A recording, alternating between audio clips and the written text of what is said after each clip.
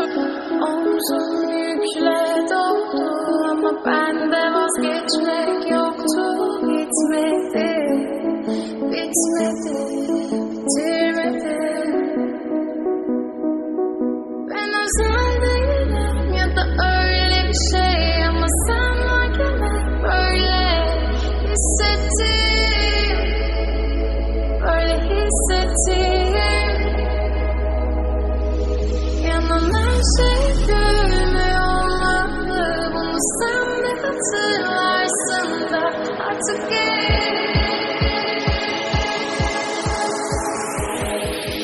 böyle hissettim.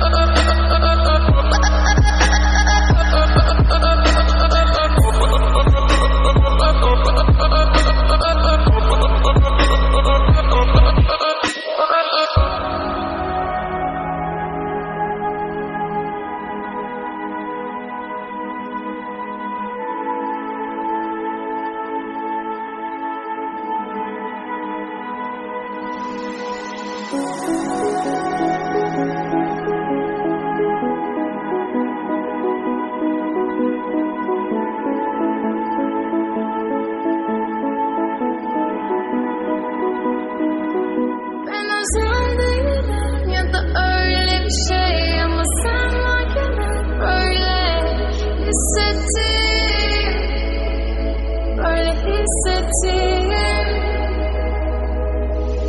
Yanan her şey görünmüyor olmalı, bunu sen de hatırlarsın da artık